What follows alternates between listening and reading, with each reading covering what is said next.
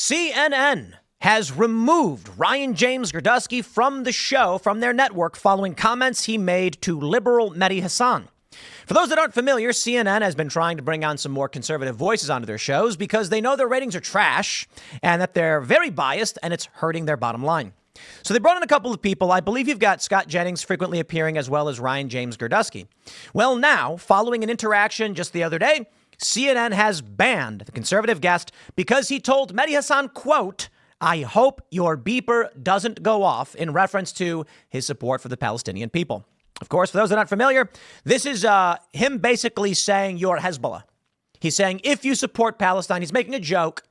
And the context of the conversation was that Mehdi Hasan was saying, "You're Nazis, you're all Nazis," not to Ryan specifically. He said, if you don't want to be called a Nazi, stop being a Nazi. And then Guski is basically like, you know, you've been called anti-Semite more than anyone because of your support for the Palestinian people. And then he says, yes, I'm used to it. And he goes, well, I hope your beeper doesn't go off. I think the point he was making is that don't call other people Nazis lest you will be called Hezbollah. Well, CNN was aghast. Their hosts were, oh, heavens me. You see, these liberal news outlets are allowed to call you a Nazi while people online for a decade are screaming, punch Nazis, advocating for violence against you, while the president has had 2 attempts on his life and a 3rd plot. They will keep screaming that you're a Nazi for doing mundane things. Trump has a rally at Madison Square Garden. They say, heavens be, he's a Nazi. And he's a fascist. And he's Hitler, Stalin, and Mussolini combined. This is, oh, won't someone rid me of this priest? Hence the point being made by Ryan James Guski. But as we know now, with a series of refusals to endorse from Washington Post, LA Times, and now USA Today, the outrage following this signals what we already knew. The corporate press establishment is the Democrat media industrial complex. Everybody knew it. But I got one more point to make on this, and we'll read the news. Ryan, buddy, what did you think was going to happen going on this network?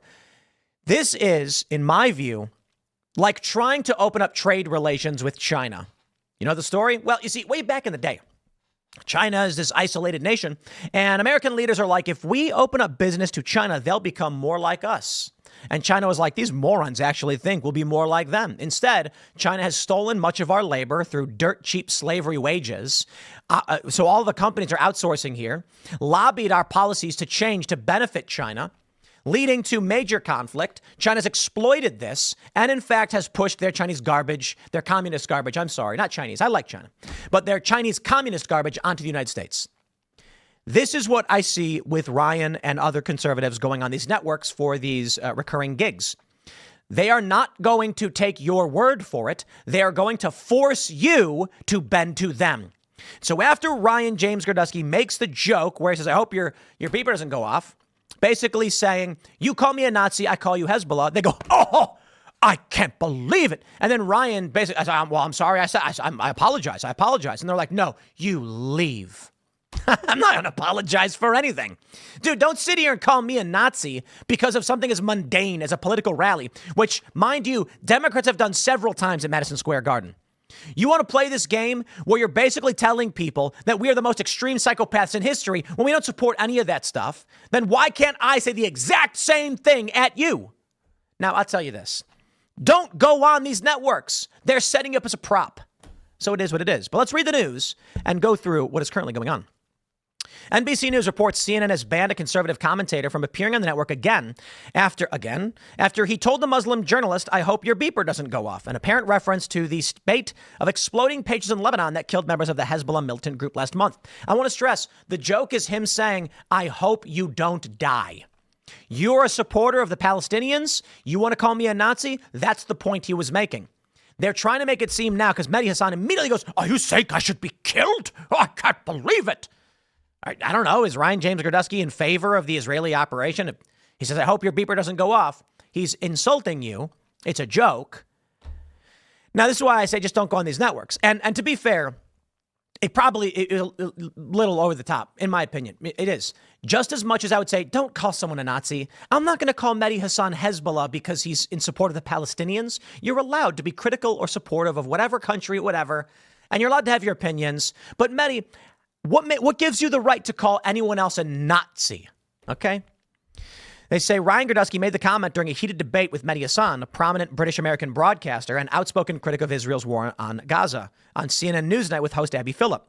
The guests were discussing racist jokes made by comedian Tony Hinchcliffe, which overshadowed former President Donald Trump's rally at New York's Madison Square Garden on Sunday night and continued to make headlines. You know what I love about this, too? Jon Stewart defended him. I don't know if I have the clip pulled up, but let me see if I can. I don't, but I can easily get it. Jon Stewart defended Tony Hinchcliffe. Actually, I got to be honest. I don't think I can play Jon Stewart's clip because he shows. I don't think I can play Jon Stewart's clip. He shows not on YouTube. So I'm going to skip. I'll just play this. I'll play this for you. Okay. They're talking about Tony Hinchcliffe. Let me play this clip from Jon Stewart. Yes, of course. Terrible. Boo. Yes.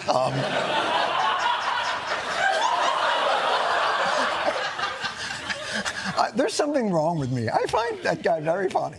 I'm sorry. I don't know what to tell you.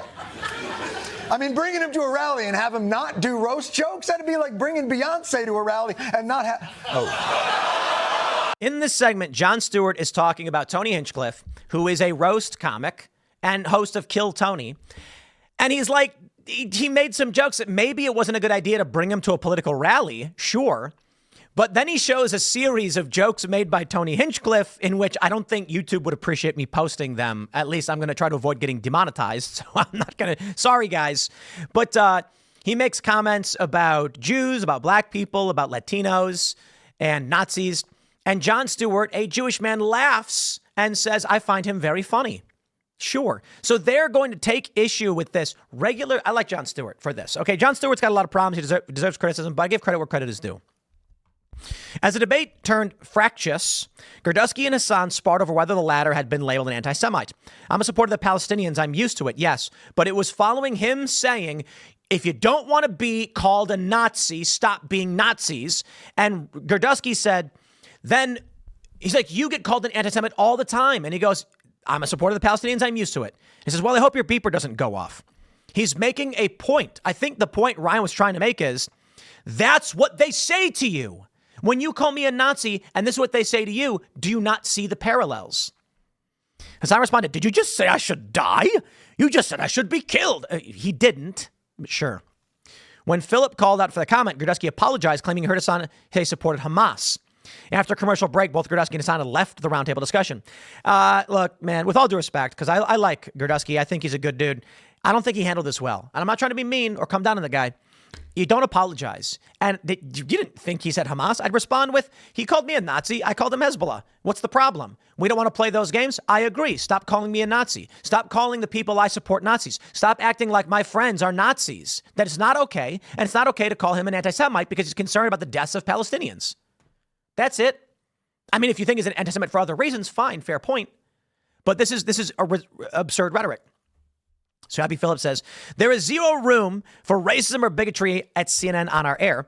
The network said in a statement shared by Phillip on social media, we aim to foster thoughtful conversations and debate between people who profoundly disagree with each other in order to explore important issues and promote mutual understanding. But we will not allow guests to be demeaned for the line of civility or the line of civility to be crossed. Ryan Girdusky will not be welcomed back at our network. Phillip added in her own video, the network had not asked Hasan to leave the debate and that he was welcome to return in the future. You see, if you're a liberal on CNN, you can call Trump and everyone who supports him Nazis at a Nazi rally, despite knowing that people are out there calling for the death of quote unquote Nazis and graffitiing it on walls and burning down buildings. That's fine, I guess. But don't you dare ever throw their hypocrisy back in their face. I will stress, I don't believe Ryan was saying he hoped he died. That's ridiculous. We don't want any violence. I don't think Mehdi should be called an anti-Semite if his point is this war goes too far. I don't think that Ryan or Trump or anyone should be called Nazis because they held a political rally and they hold some conservative beliefs. I mean, Donald Trump is moderate. I don't care for the extreme rhetoric across the board. Ryan responded on X saying, you can stay on CNN if you falsely call every Republican a Nazi and have taken money from Qatar-funded media. Apparently, you can't go on CNN if you make a joke. I'm glad America gets to see what CNN stands for. Yeah, well, Ryan, you shouldn't have apologized. And I'm not going to pretend to know how to handle these things. But, you know, in the heat of the moment, you do what you do. And I respect Ryan. I think he's a good dude. But I want to stress this. Don't go and sit with lions thinking they're there to be your friend, okay? They're just going to, there's that bear guy. He died. He would go and hang out with bears, and he's like, see, the bears are nice to me. And then one day the bears ate him. What do you think is going to happen, okay? And I'm not saying liberals are bears. They probably too, strength-coded, I should say. Maybe I should call them marmosets or something like this, or meerkats. My point is, they're a group of individuals with an ideology. They're not going to agree with you. They're going to use you as a prop just like this. And so, what do you end up with? The independent MAGA commentator hits out at CNN after network kicked him out for a racist beeper joke. Racist? You know what, man? Everything's racist. You're out. Calling Puerto Rico trash is not racism. It's insulting a government. Okay? Now, I happen to think Puerto Rico is beautiful. And how dare anyone call that a garbage island? Oh, I'm aghast. I don't care about jokes. And that was a joke, by the way. I really have no opinion on Puerto Rico. I don't know anything about it. It's not racist to criticize Hezbollah. They're not a race-based group. I guess technically you can say they are. It's a militant faction of Islamists.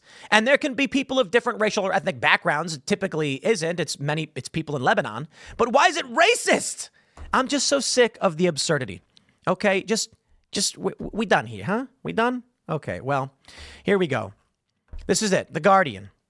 Anticipatory obedience. Newspapers' refusal to endorse shines light on billionaire owners' motives. Shut your mouths, you hypocrites, okay? Take a look at this from the Hill. Some major outlets still endorse, with most backing Harris over Trump. Can we not just get this image? Come on. They're trying to make it so hard for me to zoom in. Major newspaper endorsements. The New York Times, the Philadelphia Inquirer, the New York, I can't read what that is. I don't know. WS, Houston Chronicle, and the Boston Globe have endorsed Kamala Harris. The New York Post, the Washington Times, the Las Vegas Review-Journal have endorsed Donald Trump. The Washington Post and the LA Times have refused to endorse, with the latest news being USA Today announces it will not endorse in the 2024 race, following the Washington Post and LA Times. The Gannett-owned paper previously endorsed Biden in 2020. It's because these newspapers they exist for the express purpose of promoting Democrats and their policies. That's it. Now, perhaps it's fair to say that it was actually the uniparty establishment that they operated in support of. So if you were thinking that, when did the newspapers become so biased in favor of one party? When Donald Trump. If you go back, you'll see most of them endorsing Democrats anyway, but they would still entertain Mitt Romney or John McCain or something, despite them smearing these individuals as well. With Trump, it's particularly egregious. This is the Democrat, or should I say the uniparty, media industrial complex. It exists to promote the machine state, deep state, uniparty establishment, whatever word you want to use. But now they're not endorsing. Why? Because the machine state is on its deathbed. I don't know that it's finished. In 1 week, we will find out. And you're only going to find out if there's good news or not if you all go and vote. So I warn you of this. We don't know what's happening in this election. We don't. Kamala supporters are showing these state-level polls, which suggest that she's winning. Well, you can look at the national aggregates and see Trump winning.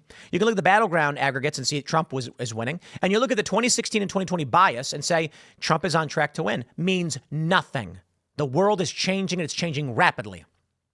If you live in a blue state and you're sitting there going, who cares? The state's going blue anyway. Why bother? Trump needs the popular vote. We need the popular mandate. You have to go vote. Maybe you live in a deep red state like West Virginia, and you're like, who cares? It's a red state. It's going to go Trump anyway. Trump needs the popular vote. This is a call to every single American. You must get out and vote. You must get your friends, family, and everyone to vote. It's not just about Trump. It's about winning state legislatures. It's about winning state senates. It's about winning your local comptroller. And it's about sending a message to this machine. We will not support this or allow this any longer. And what do I mean by allow it? We're not going to watch. Your ratings are gone. You're going to lose all of your sponsorship revenue, and then you will cease to exist. That's the battle right now. The establishment is coming up against a lot of the independent players. This is political lawfare and manipulation, etc. But USA Today, Washington Post, and LA Times not endorsing sends a big message. And boy, is the left furious. The Nation reports newspapers that refuse to endorse are betraying journalism and democracy. Actually, I disagree. Newspapers that endorse candidates are hypocrites who should not be regarded as news. And that includes the New York Post. That includes the Vegas Journal Review. Who else is there?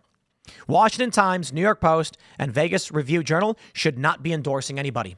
Now, don't get me wrong. I get it. Newspapers rarely endorse conservatives, or Republicans, I should say.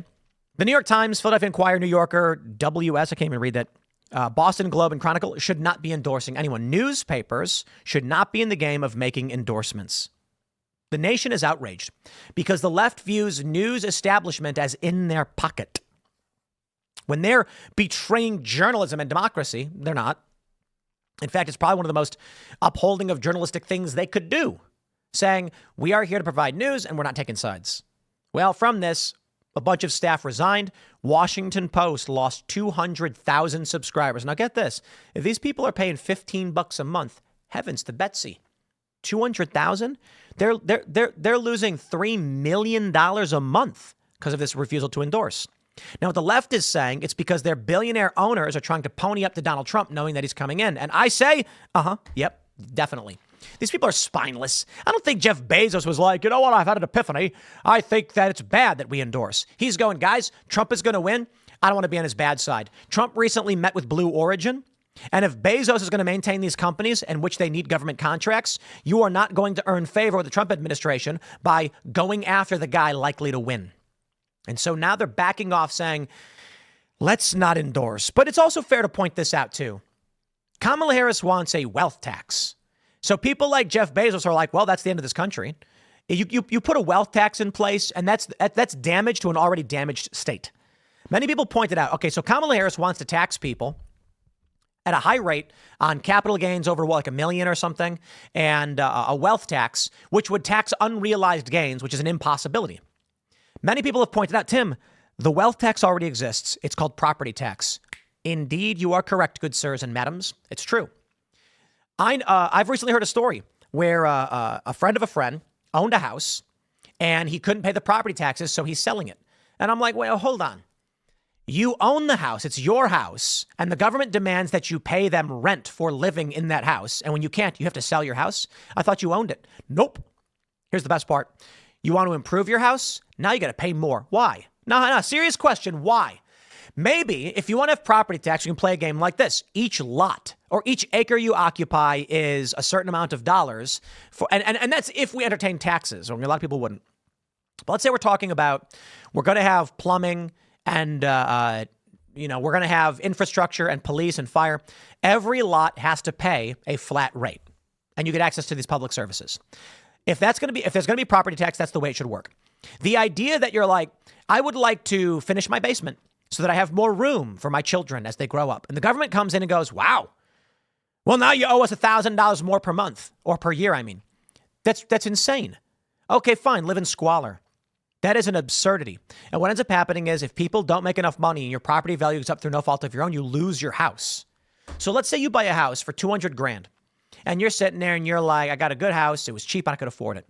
And then all of a sudden, a company like Amazon moves in and they're like, we're building a factory down the road, which is going to bring in 3,000 jobs. All of a sudden, they start building a bunch of really nice homes for the upper management, the higher income people. They start building housing developments, which raises the value of all the properties around it, leads to Starbucks popping in, banks popping in, gentrification underway. Government comes to you and says, yeah, I know you can afford a $200,000 house, but now that other people have moved in, your property tax is going up. It's a reassessment. Your value is too high. Sell and move. That's stupid. So I look at that and I say that's stupid. And that affects regular working class people, middle class people. Now, Jeff Bezos is looking at the top. He's looking at, I got stock in a company and I can't just sell it. I'm under contract. They're going to tax something I can't even sell. You see, a house you can sell and move at least. But for Bezos, they're like, you got Amazon stock and you got to pay taxes on that. And he's like, I don't have $1 billion. Bezos doesn't have $1 billion. What a lot of these guys do is take loans on their stock because they're not legally allowed to sell their stock because it could negatively impact the company. There's contracts, like for Bezos specifically, if Amazon reaches a certain threshold, he's allowed to sell a certain amount of stock. This is one of the reasons they're not supporting Kamala Harris. because they're like, yeah, we're going to be taxed to oblivion. But let's just put all the cards out there. This newspaper, Washington Post, they endorse Joe Biden. All of these newspapers that are like, I'm not going to endorse now. Why should they get any special treatment? I believe that it is fair when Trump says CBS edited an interview of Kamala Harris to make her look better. That is a license. How do I say this properly? I'll just put it this way. An offense which merits the removal of a broadcast license. If you are using public broadcast airwaves or whatever, then you have a duty to the public. That's the agreement. And if you are going to defy the public in such a way by editing an interview to manipulate an election, yeah, that's worthy of losing your license. Of course, the media lies, circling the wagons around themselves, and I'm done with it. I'm sick of it. These people are hypocrites. They are hypocrites. So Ryan and all the other conservatives, when you sit down with dogs, when you lie with dogs, don't be surprised when you get fleas. I mean, a better way to put it is, if you go on CNN as a regular guest, they are not bringing you there so that you can show positive opinions and change their minds. You're a prop that they can beat up on and use to say, aha, see, look. You take a look at The View. They have their Republicans on The View, and they're just Democrats claiming to be Republicans. So yeah, spare me. But guys, you want to go play with these people who are hypocrites? You will reap what you sow. Smash the like button, share the show with everyone you know. Follow me on X and Instagram at Timcast. Leave us a good review on the audio podcast if you are listening. Thanks so much for hanging out. Next segment is coming up at 4 p.m. on this channel, and we will see you all then.